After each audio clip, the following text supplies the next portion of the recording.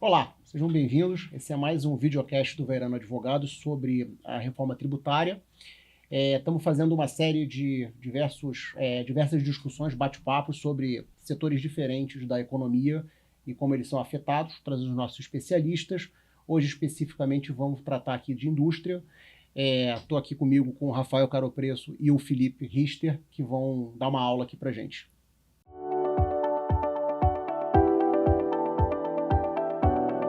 Bom, pessoal, voltando aqui com o Felipe e o Rafa, queria começar perguntando aqui para vocês. O setor industrial, ele vinha pedindo, né, essa reforma tributária e é considerado por muitos aí como o grande vencedor, né, dessa disputa aí do cabo de guerra político aí que surgiu. O que eram assim, os principais gargalos na visão de vocês, né? E como é que eles foram tratados, tá? E como é que foi o resultado final disso para a gente começar e depois desdobrar um pouco em outros temas?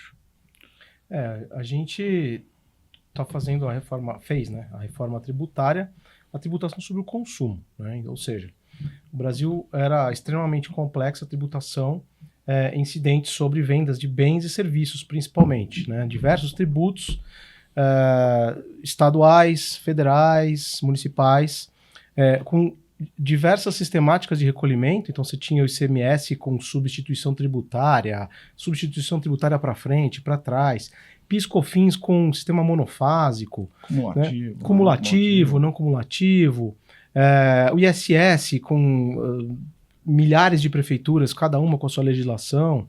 E aí a gente criou um sistema, um monstrengo, basicamente, né? Então, muitas regras, muitos modelos, e era urgente que a gente fizesse isso. A guerra fiscal também tornou o recolhimento do ICMS e do próprio ISS diferente, né, no Brasil inteiro, a depender dos benefícios que eram dados pelos estados e pelos municípios.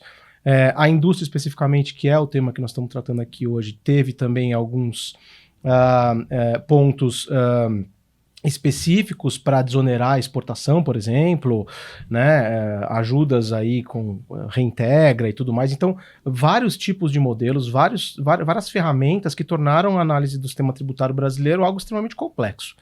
A indústria, né, Felipe, ela sofria muito também, ainda sofre, né, porque a gente não teve implementada a reforma, com a cumulatividade. Então, assim, a não cumulatividade do jeito que ela existe hoje, pensando no ICMS, pensando no PIS/COFINS, pior ainda, ela acaba gerando uma série de resíduos, né? Então, o industrial, ele acaba levando esses resíduos e isso impacta no preço, ele não consegue recuperar. É muito difícil hoje em dia, a gente atende diversos clientes, você sabe disso, que tem um acúmulo de crédito enorme, seja de ICMS, seja também de PIS/COFINS, e não conseguem reaver esses valores, né? Então, isso era um ponto que aumenta o custo Brasil, né? Você tem assim um impacto muito grande para o industrial, ele perde competitividade, seja no Brasil versus um produto importado, por exemplo, ou até mesmo quando ele está exportando, ele acaba exportando o tributo, né? Então, o setor industrial sempre clamou e precisava mesmo da reforma, né? Eu acho que foi o mais beneficiado, mas também,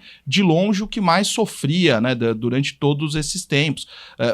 A indústria brasileira, hoje em dia, ela é muito centralizada assim, em firmar o negócio dela em um local que tenha benefício, justamente por isso, porque do jeito que é atualmente, perde competitividade, né? Sem falar, né, Felipe, dos litígios hoje em dia, né?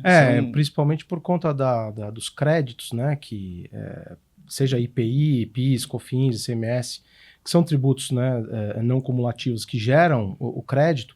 A legislação sendo diferente, de um lado o contribuinte queria tomar o maior número possível de crédito, do outro lado o fisco queria glosar o maior número possível de crédito.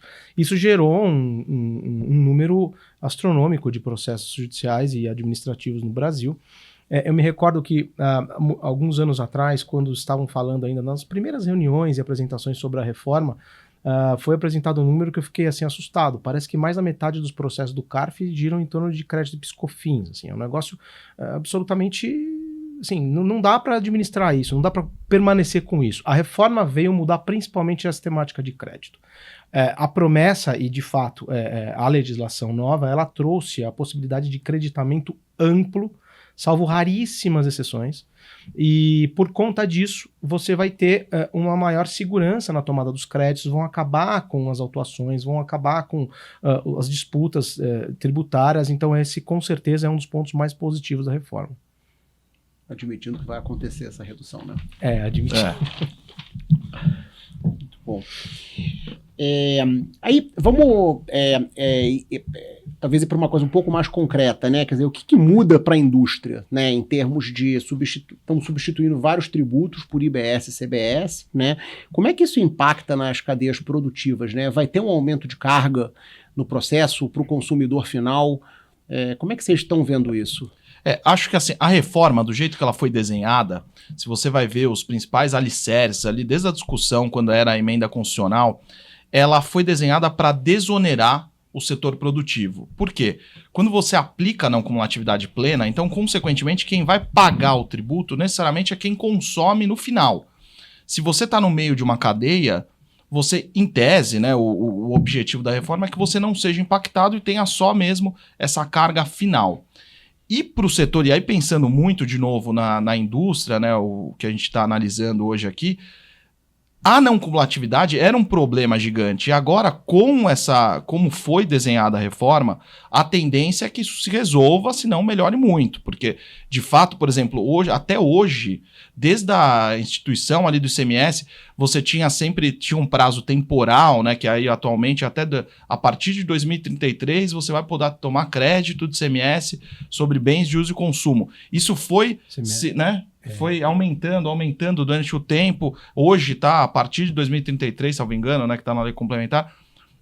Com a reforma, você vai tomar crédito de bem de uso e consumo. Então, o crédito ele para de estar vinculado ao bem, efetivamente, que você está industrializando ali, e passa a ser amplo e restrito, com algumas exceções. Virou, né, o jogo. Agora, as exceções elas estão ali dispostas na lei complementar, e são poucas mesmo, então são algumas exceções só, e o crédito vira uma regra. No PiscoFins nem se fala, né? O PiscoFins, por exemplo, advogado, ninguém contrata serviço de advogado porque não quer, é um luxo. Não, é necessário, e mesmo assim o industrial, por exemplo, ele não pode tomar crédito de PiscoFins sobre isso. Agora não, agora tudo que tiver no meio da cadeia vai sim dar direito a crédito, e aí a tendência é que você não tenha mais esse resíduo e que vire, né, o preço do seu serviço, ele vai ser efetivamente o que custa ali, né? O plus tax que a gente tem no exterior, que é comum.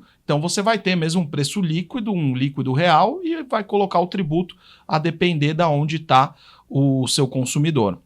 E a reforma ela traz uma harmonia, né, na incidência dos tributos no Brasil, né, sobre o consumo, IBS e CBS, né. Bom, existe até hoje o PIS e a COFINS, que vai ser substituído pela CBS, e o ICMS e o ISS, que serão substituídos pelo IBS. Como é um grande carnaval, o ICMS, principalmente o ISS no Brasil, a reforma tributária ela trouxe uma harmonia de forma a fazer com que a incidência dos tributos sobre qualquer tipo de operação, seja ela no norte do país ou no sul, ela tem uma carga tributária igual, né? Então, isso vai fazer com que as empresas elas não decidam onde permanecer por uma motivação tributária. As empresas elas pouco importa se elas estiverem estabelecidas aqui em São Paulo ou na Bahia, por exemplo, a tributação ela vai acabar sendo igual. Então, essa harmonia, isso vai fazer com que você tenha uma simplicidade na forma de recolher. A tributação, como regra, ela vai ser no destino, então é o teu cliente que vai definir como vai ser, para onde vai o produto dessa arrecadação, né? Por conta disso, você não tem mais briga entre estados e municípios para ver quem é que vai ficar com o produto, porque tem hoje contribuintes que são autuados por um município que diz, não, o ISS é meu, não é para o outro que você pagou e tudo mais. O próprio ICMS, já tivemos casos de guerra fiscal, em diversas circunstâncias. Então, na indústria até, né, Felipe? Por exemplo, você tinha numa disputa a industrialização por encomenda, é serviço ou é mercadoria, está sujeito a ICMS ou ISS, então, né? Exato, a importação. Você importava por um lugar, mas você tinha um estabelecimento filial no lugar do porto. Aí o Estado fala, não, esse ICMS é meu, porque a importação foi por aqui. Então, como quem define o produto da arrecadação, ele é destinado àquele município ou estado em que está localizado o comprador do teu produto, do teu serviço, o contribuinte ele faz o pagamento, ele coloca lá o CNPJ, o CPF de quem está comprando, e aí depois esse produto ele fica à disposição para que os entes vejam entre eles, né, e dividam entre eles. Então acaba também com essa grande insegurança que havia de contribuintes que às vezes sabiam exatamente que tipo de tributo incidia, mas se viam no meio de uma briga entre dois entes tributantes.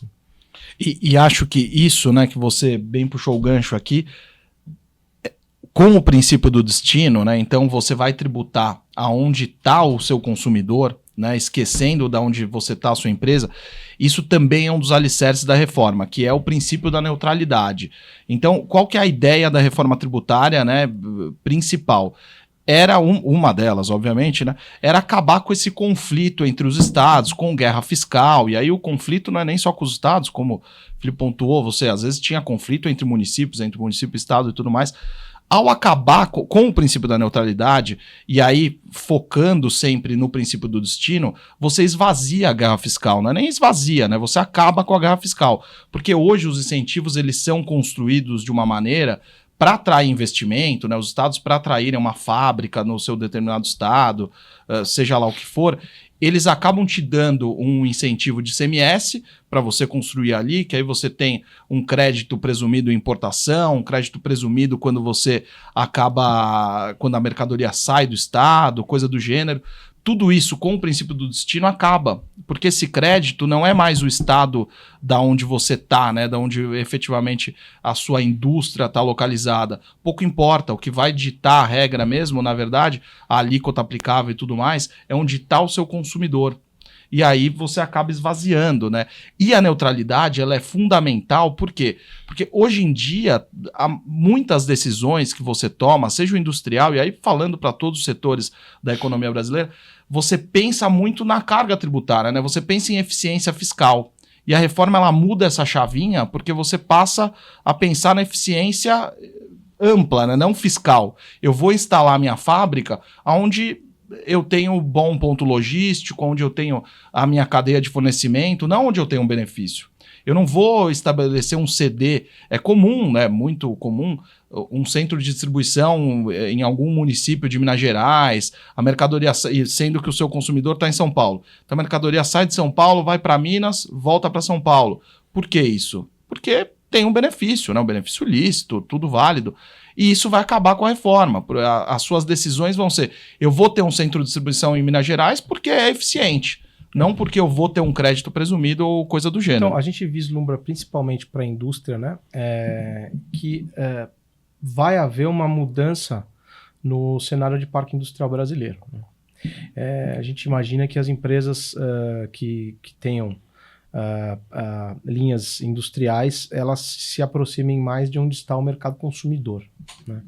Então, acho que esse é um dos efeitos da reforma tributária. Não vai ser algo imediato, porque, como todos sabem, a reforma tributária ela vai extinguir com o ICMS e o ISS de forma gradual, então nós vamos ter alguns anos aí até 2033 para que ela esteja totalmente implementada. A CBS começa um pouco antes, mas o ICMS e o ISS, eles, de fato, eles estão extintos a partir de 2033, então ainda vai levar algum tempo, mas com certeza a diferença de localização do parque industrial brasileiro vai ser impactado com certeza por conta da reforma. Mas aí deixa eu fazer uma pergunta para vocês, e até vou inverter aqui do que eu tinha pensado. Quer dizer, a gente tem hoje no Brasil, né, regiões inteiras que foram se desenvolvendo do ponto de vista industrial e logístico, né, a partir, né, de benefícios que acabaram fomentando, né, determinadas atividades, né. Eu acho que a primeira pergunta é o que acontece com essas regiões, né, e como um investidor, por exemplo, chegando no Brasil para montar uma fábrica, né, já deveria estar pensando em como ele vai fazer o planejamento, né, assim, considerando que eu tenho, primeiro que eu demoro para desenvolver infraestrutura, né, não é uma coisa que sai da noite para o dia, né, e muitas vezes vai depender de investimento público, vai depender para voltar, né, tirar gargalos logísticos também, né, a gente tem todo um problema com portos, por exemplo, para chegar da Porto de Santos, né, mas mais do que isso, né, assim, planejar no tempo, né, assim, utilizar um período de benefício fiscal ainda durante alguns anos, né, versus aí começar se preparando para talvez mudar a sua unidade produtiva, né, para mais perto do mercado consumidor. Como é que vocês estão vendo isso? Justamente, os benefícios fiscais eles serão extintos, né? Essa fase transitória vai haver compensação para as empresas, mas a ideia é que acabe tudo, porque vai haver uma incidência tributária harmônica igual no Brasil inteiro. Então, aquele empresário que antes montava um centro de distribuição numa localidade, importava por outra, porque tinha um benefício de CMS, e mandava para o seu mercado consumidor em outra localidade, isso aí vai acabar, né? Então, a gente vai ter um sistema tributário harmônico que vai fazer com que as fábricas elas fiquem onde vale a pena, onde faça sentido, né? O Brasil tem muita movimentação de carga por conta de questões tributárias, né? Produz num lugar, os fornecedores estão em outro estado totalmente diferente, os consumidores ainda em outro estado. Então, a ideia é que haja uma remodelagem do parque industrial brasileiro, com certeza. A reforma tributária, né, ela é uma reforma do negócio, então ela vai impactar, sem dúvida nenhuma, o negócio de todo mundo. E aí essa sua pergunta, por exemplo, a gente vê muito isso, você vai desembaraçar uma mercadoria pensando muitas vezes menos na logística e mais no onde eu tenho um benefício mais atraente, né, onde faz mais sentido. Isso realmente vai acabar, né? Então você vai ter uma mudança natural, então a gente tem uma transição até 2033 que vai garantir, né, não garantir, mas pelo menos vai dar um certo fôlego para quem já está estabelecido em algum local que não faz tanto sentido, né, pós-reforma, ou seja, não faz tanto sentido se não tivesse aquele benefício fiscal. E até lá, é natural que você tenha, de fato, esse tipo de movimentação. Que você tem indústria se movimentando para outra região. Um ponto até que a gente não comentou, né? A Zona Franca continua igual, mas fora isso, tudo vai ter impacto. Acho que, sem dúvida nenhuma, vai ter impacto logístico, vai ter impacto de reorganização societária. É muito comum você ter uma empresa industrial e uma empresa distribuidora. Isso, em tese, deveria acabar, talvez não faça mais sentido. É muito comum você ter também esse centro, não centro logístico. Com centro de distribuição, né? Também, né? Tende a acabar. Sim. Vão olhar eminentemente para o que interessa financeiramente, né? Então, ficar perto de fornecedor ou perto do consumidor, coisas do gênero mesmo. Legal. Eu vou pegar dois temas aqui que a gente falou nos últimos tópicos. O primeiro é a questão da transição, né, que eu estou imaginando aqui, que a gente vai ter uma transição longa e estou imaginando que ela não vai ser uma transição livre de turbulências, dúvidas, incertezas e discussões políticas, né? E aí o outro tema que a gente falou foi dos créditos, né? Mas a gente está sempre falando da nova sistemática, mas assim, o que acontece com os créditos atuais, né? ICMS, IPI, né? E como é que isso a gente pode imaginar que pode ter alguma perda patrimonial e aí, consequentemente, né, um aumento aí no contencioso tributário ligado a isso? De fato, a questão dos créditos sempre foi um problema para o Brasil. A reforma ela vem teoricamente para acabar com o acúmulo de crédito, né? Então, por exemplo, você pega o setor de indústria que exporta muito. Tradicionalmente, os exportadores são empresários que acumulam muito crédito de CMS, né? E não tinham vazão, né? Não tinham como utilizar desses créditos. A reforma vem para acabar com isso, porque é garantida a devolução imediata e preferencial desses créditos. Então, isso vai fazer com que o produto brasileiro tenha uma competitividade maior, porque esse resquício tributário acaba saindo do preço. Então, a indústria brasileira acaba sendo, que foi muito maltratada nos últimos anos no nosso país, infelizmente, ela vai ter uma alteração substancial com relação a isso. Quem tem créditos que estão acumulados, em princípio, a reforma vai garantir a eles o uso desse crédito, né? Tem um fundo que foi criado especificamente para ajudar as empresas a consumirem esses créditos. Quem tem também regimes especiais, que vão naturalmente, né, gradualmente sendo extintos à medida em que você chegue mais perto de 2033 para efetivamente entrar o IBS, também vai haver uma compensação para essas empresas, mas a ideia é que suma, por favor, e que sumam mesmo os benefícios fiscais, os regimes especiais, que são fruto desse monstrengo que nós criamos, né? Então, a outra pergunta que você tinha dito era sobre a questão do aumento do contencioso, né? A questão de impactos, né? Como vai haver uma redução nos problemas de interpretação do que permite ou não o direito ao creditamento, ou seja, o creditamento amplo ele vem para literalmente acabar com esse tipo de problema. Como você vai ter um recolhimento, o reconhecimento dos créditos de CBS e IBS vinculado ao pagamento que é feito pelo fornecedor, você vai ter a garantia de uso daquele crédito.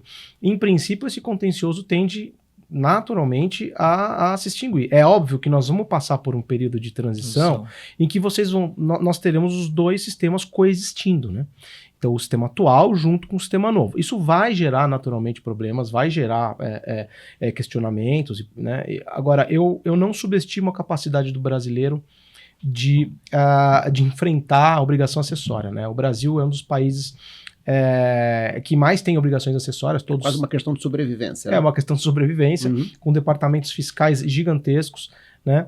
Mas, por outro lado, o Brasil também é craque nesse assunto, né? A gente tem sistemas informatizados da Receita Federal, dos fiscos estaduais, até municipais, muito bons, que são exemplo, inclusive, para outros países. Então, eu não subestimo a capacidade brasileira de passar pela fase de transição, que, óbvio, vai ter problemas, mas a gente vai passar bem dessa fase. Até pegando esse gancho, eu acho que esse ponto do crédito, ele é muito disruptivo, né? Então, você começa a atrelar o creditamento, e aí, de novo, para todos, mas para a indústria isso é muito relevante, quando do efetivo pagamento do tributo. Então você acaba criando uma necessidade, né, no próprio adquirente, ali quem está contratando um serviço, comprando uma mercadoria no meio da cadeia, de ser uma espécie de fiscal daquele fornecedor. Por quê? Porque ele só vai ter a liberação efetiva do crédito quando do pagamento do tributo. Então isso vai impactar muito a inadimplência, vai acabar, inadimplência eu digo, inadimplência não, mas o não pagamento do tributo, né? Porque você acaba forçando a sonegação, perfeito? Forçando o seu fornecedor a pagar esse tributo e, por consequência, você acaba também, eventualmente, né, não sei se eu estou muito otimista, mas isso pode até gerar uma redução ao final da alíquota de referência, porque você vai ter uma diminuição na sonegação. E aí também, enfatizando esse ponto dos litígios, hoje é muito comum a gente ver assim, uma série de autos de infração de crédito indevido, né, de empresa noteira que acaba sendo criada ali, até ela vende a mercadoria, mas não paga o tributo, e aí isso acaba implicando no adquirente de boa-fé. São, assim, umas discussões que só aumentam o custo do Brasil, né? Você pega, por exemplo, a questão do creditamento de PIS/COFINS, né? Exatamente. Rafael? O PIS e a COFINS são duas contribuições que viraram a menina dos olhos do governo federal, essa que é a verdade, porque descobriram que isso gerava uma receita muito forte para os cofres públicos, não há necessidade de divisão desse valor com outros entes federativos, não precisa haver lucro, porque basta um faturamento. Então, a legislação do PIS/COFINS ela foi sendo se transformando em algo super, hiper complexo. E o creditamento, por conta de uma legislação também dúbia, ele gerou aquele impacto, né, em diversos processos, como eu tinha comentado. Até que o STJ chegou em um determinado momento e falou, não, daqui que eu vou resolver esse problema, eu vou decidir em primeira sessão. Teve um julgamento muito esperado pelos contribuintes, né, para entender como que o STJ definiria o que era ou não era crédito. E aí trouxe um conceito também muito vago e que não contribuiu para resolver o problema, muito pelo contrário. Então você tem de um lado o contribuinte querendo tomar crédito, do outro o fisco glosando, o PiscoFins se tornou um troço assim, insustentável, né? Então a reforma vem para acabar com isso. Sem dúvida. Uma outra questão também que está dentro da sua pergunta do crédito em geral, dessa liberação dos créditos, é o split payment, né? O split payment ele também conversa muito com o que o Felipe mencionou, do Brasil, né, tá nessa vanguarda de fiscalização, de obrigação acessória e tudo mais, porque ele é um sistema que, caso seja implementado de uma forma, né, inteligente, né, porque até tem outros tipos de, né, fala-se de alguns tipos de split payment, mas o split ideal, ele vai ser... Quando você vai pagar ali o seu fornecedor, ele já reconhece automaticamente o seu valor de crédito que você tem escriturado versus o valor do débito e já faz essa compensação, não só a compensação financeira do que você está pagando para o fornecedor também, como paga o tributo. Isso sendo implementado, mais uma vez, vai garantir ali que o adquirente ele vai ter o crédito liberado, porque o split vai garantir o pagamento do tributo, e também já libera, não vou ter nem mais a obrigação acessória a obrigação acessória não, mas a obrigação de pagar o tributo dentro da data de vencimento, né? Isso é outra questão que é muito disruptiva da reforma, porque você acaba aí até, né, em certo prejuízo para o contribuinte brasileiro, porque você acaba ficando sem aquele caixa que você teria, né? Porque eventualmente você vai ter uma operação que se deu hoje, vai ter o pagamento desse tributo daqui 30 dias, por exemplo. Em 30 dias, você teria esse dinheiro no seu caixa e estaria sujeito ao pagamento do tributo dentro do vencimento. Com o split, com a sistemática nova que vai ser implementada, isso vai ser mitigado. Então você não vai ter mais esse efeito caixa que você tem até hoje, né, antes da reforma. A reforma ela impacta muito isso, né, Felipe? Essa questão do efeito caixa. Às vezes o suposto prejuízo que a gente trabalhando com clientes e vai verificar, né, fazendo os cenários antes da reforma, pós-reforma, como fica, às vezes não necessariamente é um aumento abrupto da carga tributária, mas sim o efeito caixa. O efeito caixa ele pode mudar, porque a reforma ela faz a legislação, né, ela traz uma certa confusão do que até estavam falando de caixa-petência, porque você tem o efeito caixa e o pagamento por competência, mas com o split ele vai ser recolhido ali no momento da operação financeira. Isso também é um ponto relevante e bem diferente que a reforma traz. Eu tenho um ponto que eu vou voltar numa questão de comércio exterior aqui, mas eu queria pegar aqui alguns pontos que vocês levantaram e fazer uma pergunta, que é o seguinte: como que o empresário brasileiro, esse herói, né, que vive por tudo isso, que fora contratar bons advogados, né, o que ele deveria fazer ou já está fazendo, né, seja para aumentar a sua produtividade, eventualmente a sua competitividade, né, eventualmente estar preparado para um descasamento, como que o Rafa colocou aqui na questão do caixa, né? Seja para se preparar para não ser autuado porque deixou de cumprir com alguma obrigação acessória, né? Que elas, eu concordo, né? Que tanto o contribuinte quanto o fisco nesse aspecto são muito sofisticados, né? Mas muita coisa que surge, né? São problemas de interpretação, né? De como cumprir essas obrigações, né? O que o empresário deveria estar hoje fazendo, né? Onde que ele deveria estar ligado para não sofrer essas consequências negativas? Eu acho que assim, a primeira coisa que ele precisa fazer é desenhar modelos comparativos para entender como ele está hoje versus como vai ficar depois da reforma, né? A reforma ela vai trazer, como o Rafael mencionou, impacto em caixa, porque o teu produto, o teu insumo, ou o teu, enfim, o que você compra para revender, ele vai se tornar mais caro ou não, depende. E o teu produto final, ou que você vende o seu serviço, ou o seu produto, ele vai também mudar o valor. Então, você precisa entender de que maneira isso vai impactar no teu fluxo de caixa, né? E você precisa também, por conta disso, avaliar os seus contratos.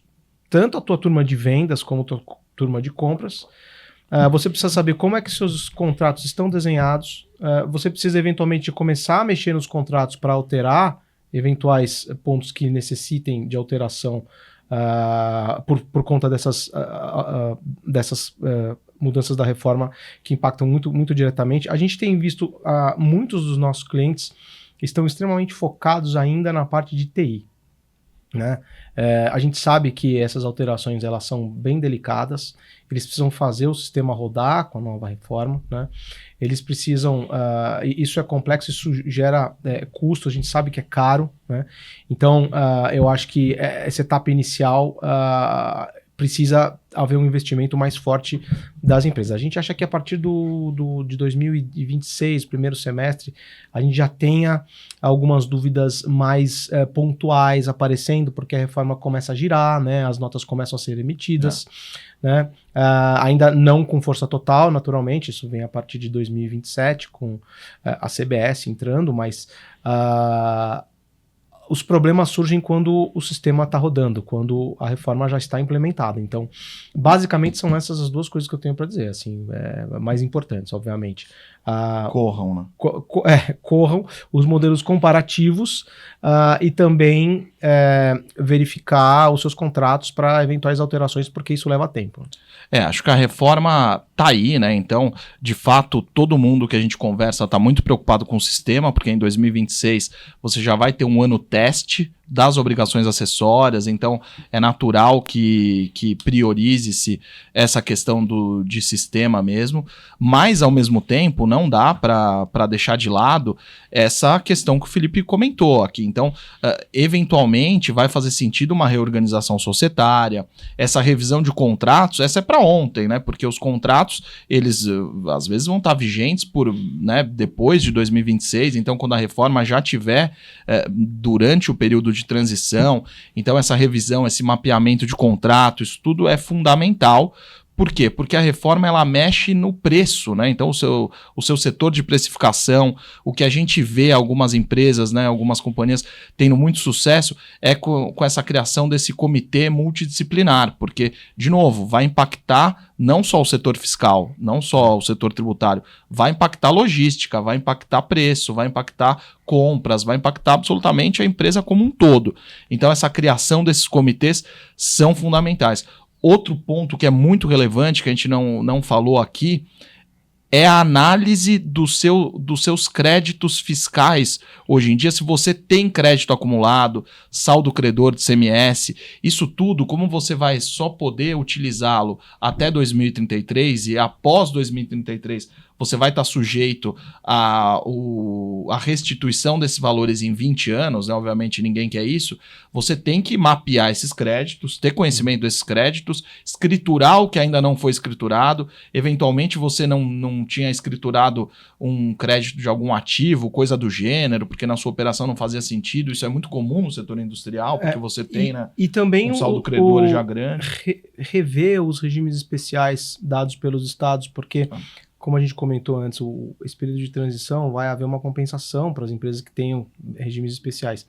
A gente tem notado os estados mais flexíveis nas concessões, então eu acho que o momento é agora de vocês sentarem, reverem o tipo de regime especial que você tem, ou se não tem, vá atrás, né? Porque nessa transição é agora o momento em que você vai, né, poder usar no finalzinho, até que a reforma venha e aí deixe tudo igual para todo mundo. Forçar, né, ainda também nessa conversa com os estados, forçar a homologação de crédito, porque às vezes você tem um saldo ali só que escriturado e que não é um crédito acumulado, então forçar essa homologação, porque aí você consegue utilizar esse crédito de alguma forma, é criar algum mecanismo que seja suficiente para você dar vazão a esse crédito, seja transferência, seja utilização dentro de uma operação. Às vezes a gente analisa as operações e é detalhe, às vezes você importa por um lugar ou comercializa por outro e consegue dar vazão a esse crédito, porque senão isso vira custo, né? Mandam baixar em balanço.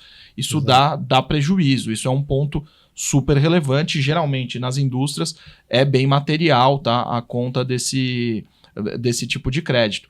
Outro ponto, o PiscoFins ele já está quase acabando, então também olhar para trás, né? Olhar nos seus últimos 5 anos, fazer um trabalho de revisão, eventualmente o que eu estou tomando de crédito de PiscoFins, como que está a minha operação, o que eu posso ainda utilizar durante o período da transição. Tudo isso é um trabalho que deve ser feito para você não deixar dinheiro na mesa, não perder competitividade. O empresário brasileiro tomou muita pancada, né? Como a gente comentou aqui, questão de creditamento, glosas e processos e tudo mais. Então, por conta disso, ainda existem muitas empresas que são extremamente conservadoras na tomada de crédito, né? E assim, a gente tem visto as empresas sendo algumas até bem agressivas, né? Então, acho que rever a questão de crédito, de PiscoFins principalmente, e CMS também, da mesma forma. Aliás, o CMS, até hoje não se sabe exatamente o que garante direito ao crédito material de uso e consumo, por exemplo, que teve decisão recente do STJ, né, tentando trazer um pouco mais de concretude ao problema. Então, rever isso, participar desse processo, eventualmente já bucar aquilo que está sobrando, pingando na mesa. Às vezes o empresário tem um crédito, não sabe, né? E com isso garantir que pelo menos essa fase de transição não seja tão dolorosa como ela aparenta ser. De tédio, ninguém vai morrer, né? Por causa disso, né? Não. Dá para dizer. Até 33, estamos aí. Eu acho que a gente tem tempo para mais uma pergunta que eu queria fazer para vocês, que a gente falou muito do aumento da competitividade, né, da indústria brasileira, e obviamente isso vai ter um impacto, né, na competitividade dela com os importados, né, como é que, com o produto que vem de fora, né, e num aumento aí. Numa época que guerra comercial, né, torna-se um tema tão relevante, né, assim, geopolítico inclusive, né, como é que fica para o nosso exportador, né, a competitividade dele no mercado global com essa reforma? Eu acho que ainda vai demorar, né, mas quando você tiver a reforma efetivamente implementada, ele sai ganhando, né, ele vai ter um aumento de competitividade, porque você vai eliminar a questão do resíduo tributário, você vai deixar de exportar tributo. Uhum. Você vê situações hoje, né? A legislação, do jeito que ela é hoje, ela procura evitar essa exportação de tributo, mas a gente está cansado de ver situação em que ainda assim você acaba exportando.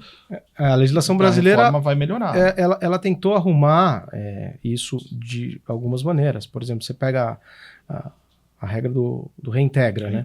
Que é basicamente um crédito fiscal federal que é dado para exportadores, que tem como propósito até legal, você ressarcir, né, o exportador daquele resíduo tributário que existe.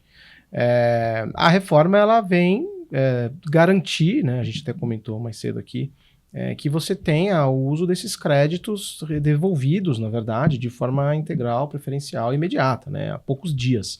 É o que está na legislação, é o que está prometido. A gente espera que isso funcione de fato, a gente espera, imagina que a arrecadação vai subir muito, né, como o Rafael falou aqui, por conta do recolhimento centralizado, né, split payment, as instituições financeiras tendo um papel muito relevante na arrecadação de tributos no Brasil, por conta de boletos bancários ou cartões de crédito e etc. Então isso teoricamente vai fazer com que haja um caixa do governo para restituir principalmente o exportador. Então com certeza a indústria brasileira vai ter uma competitividade maior, né? Aquelas empresas que acumulam créditos infindáveis de ICMS, com as auditorias mandando baixar, porque isso aí é crédito podre, não funciona, isso aí teoricamente acaba. Então, eu acho que sim, para o exportador brasileiro a coisa vai melhorar.